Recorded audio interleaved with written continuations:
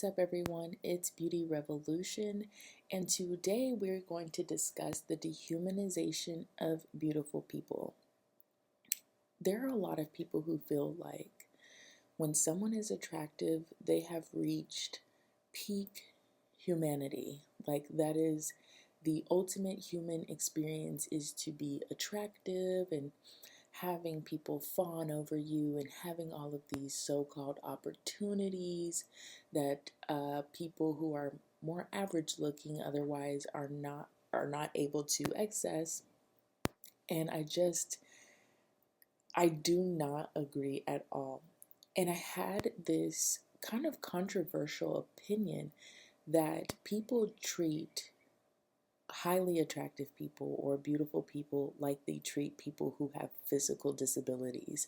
And I feel like we are on the same spectrum when it comes to appearances, but we're just on the opposite end. And when you don't fall somewhere in the middle, people react negatively to that. So if you have physical disabilities, people may pity you and they may actually give you more opportunities or more sympathy or more pity because you have a physical disability. And I guess the same is true if you are attractive. People will give you uh, different opportunities because they want to be in closer proximity to you.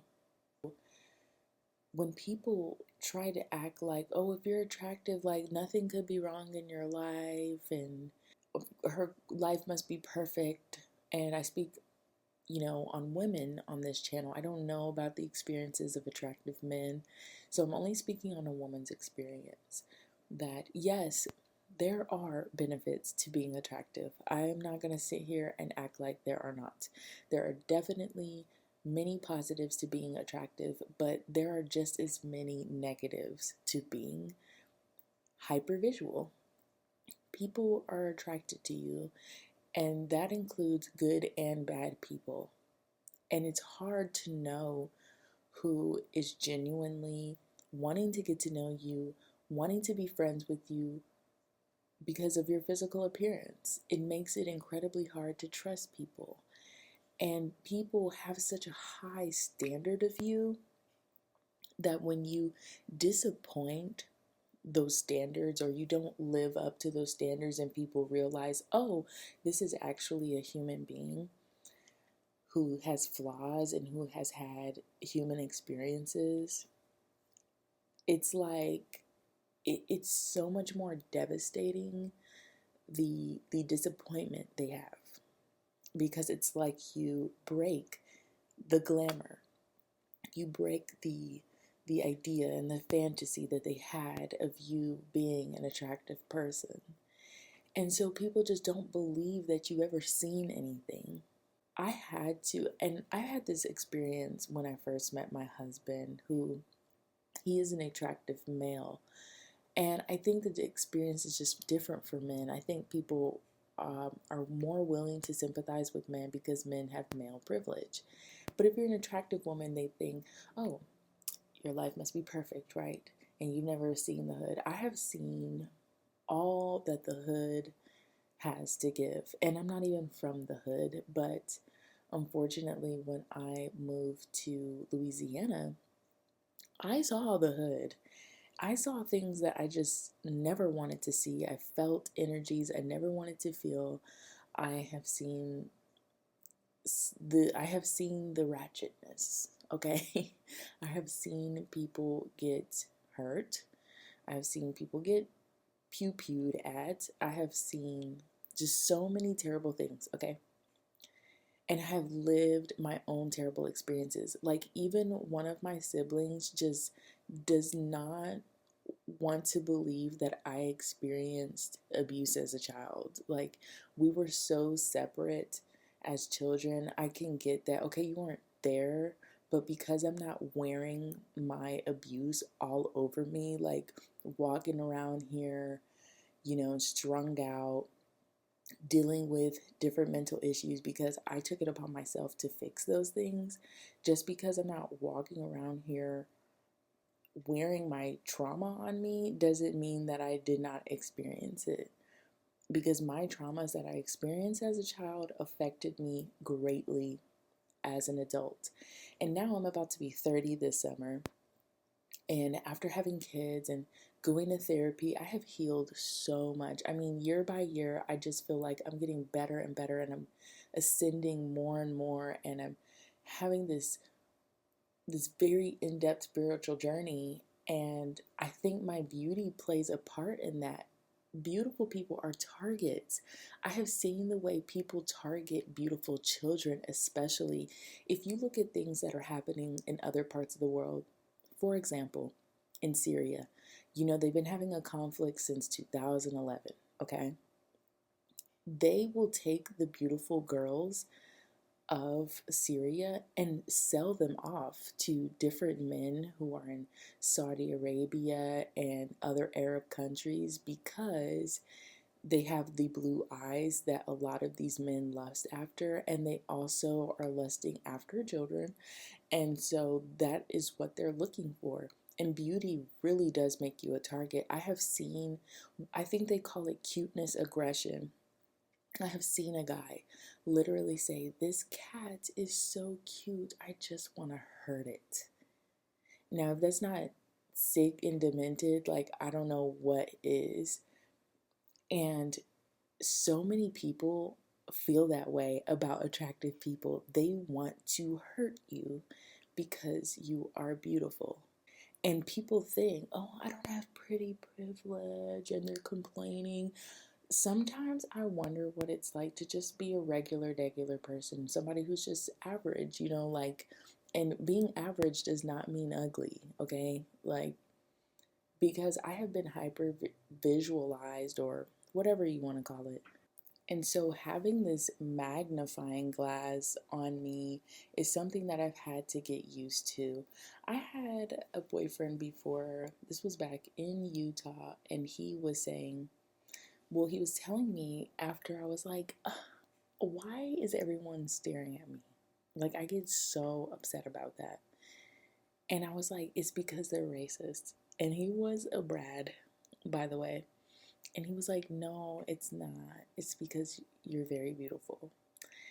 And at that time, I did not believe him because I'm like, there's no way. There's no way. People don't do stuff like that. But now that I'm older, this was over 10 years ago. I'm like, you know what? It might be.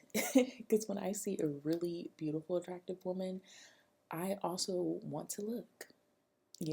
There's something captivating about it, mesmerizing. But people are very sick. I think a lot of people don't understand just how evil the average person is. Like, I am of the belief that most people are more bad leaning, like more prone to being like evil, whether they realize it or not. I think a lot of people are more prone to liking and indulging and preferring bad things than they are good things.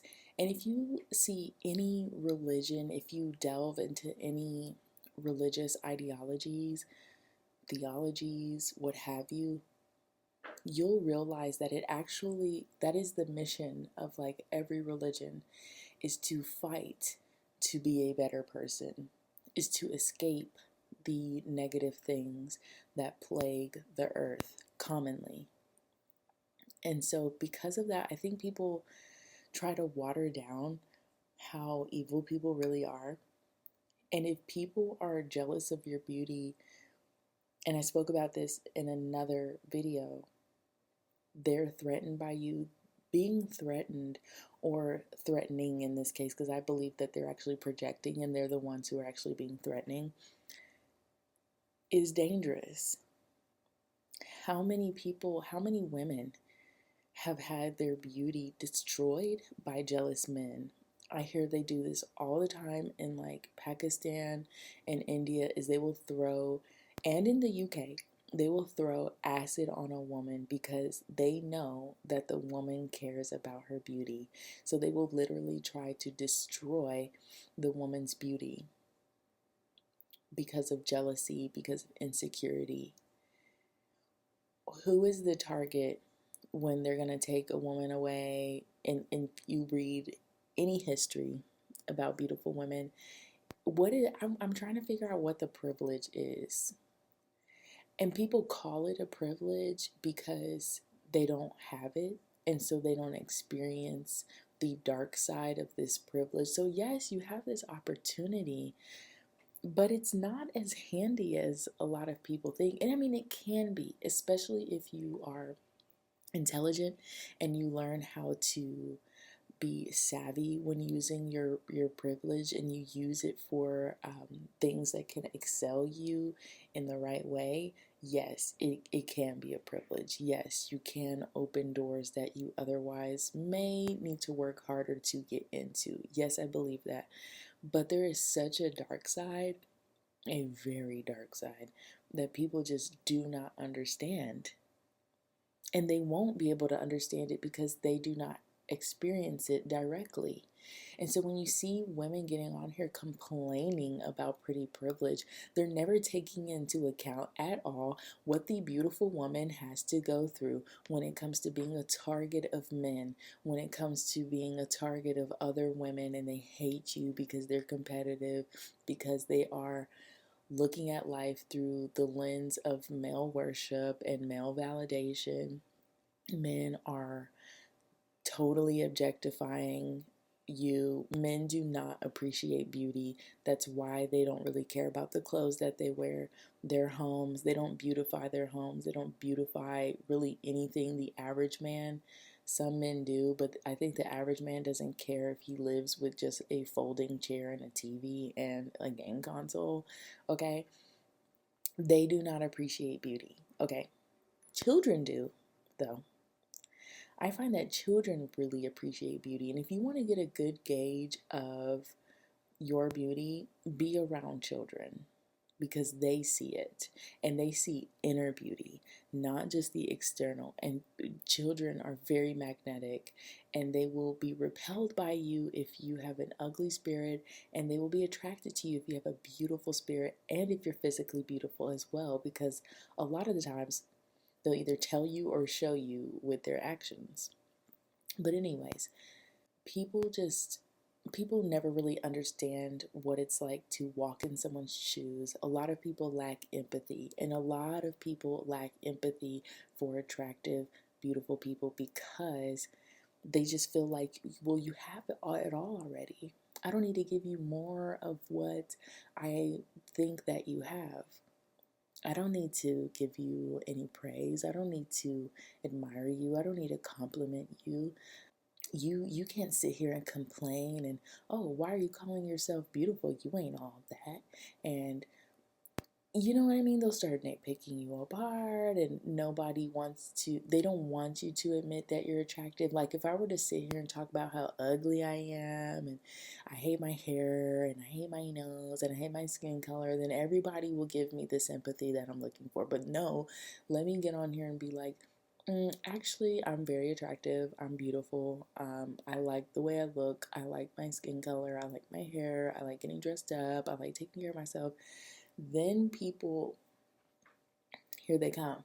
And I'm not even talking about the people who a sense of beauty, the people who are kind of experiencing this like imposter. I wouldn't even call it imposter syndrome, because I feel like that's something you feel internally.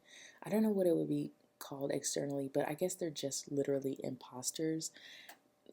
That then they'll get the praise, right? Like the people who are saying they're beautiful, but they're actually not considered like above average. They're just more average looking, but let you actually be above average. For example, this girl on TikTok, she's got like 40 million likes on this one song, and people are like, she's not even that pretty. She's not even, I mean, she's beautiful. She's above average. You're not average. I would say she's above average. Um, and I don't think there's just like one beautiful woman who's more beautiful than the rest. I don't believe that. Like, that's like choosing a flower that is more beautiful than all the other flowers in the world. I mean, you could have your preference for the type of flower you like, but are we really gonna sit here and like go through all of the roses and pick which one is the best? Like, no. Okay. So, and people just, the way they dehumanize attractive people, but let her be like, I want to humanize my experience. I'm glad that there is this community of exotic women who are like, you know what? I'm beautiful in my own way, and I think that's okay. And I prefer how I look rather than putting myself down so other women can feel better. I'm going to uplift myself and uplift women who are of like mind, because really it is also a mindset that you have to adopt. And I'm going to appreciate my uniqueness. I did not ask to be born this way. This is how God created me. I am an ambiguous black woman. I have 2 black parents. I have 4 black parents. And you know what? I don't need anyone's validation. I don't need to even tell you that. Like, I am a light-skinned black woman, period, point blank. And not only am I light-skinned, I am also attractive. And that's okay. It's okay to be beautiful. Like, why would God create you to be beautiful and you feel like you need to humble yourself to make yourself ugly so other people feel better? Like, that's crazy. Why does the flower bloom and open when the sun comes? Like, do you know what I mean? Like, plants are attractive so that the bees will come and pollinate them. Like, beauty has a purpose outside of just for your eyes. Like, it literally has a purpose. And I think for humans, the purpose of beauty is to excel us, to uplift others, to inspire and to motivate, and to bring this light to an otherwise dark and ugly world. And when you grow your beauty from the inside out, you are going to shine like that light on top of the hill. You're going to shine like a star in the sky, like the moon, like the sun. All right, that's all I have for today, guys. If you have any more suggestions or you want to comment about this video and you want to add anything that I did not add here, please comment, like, share, and subscribe. See you later. Peace.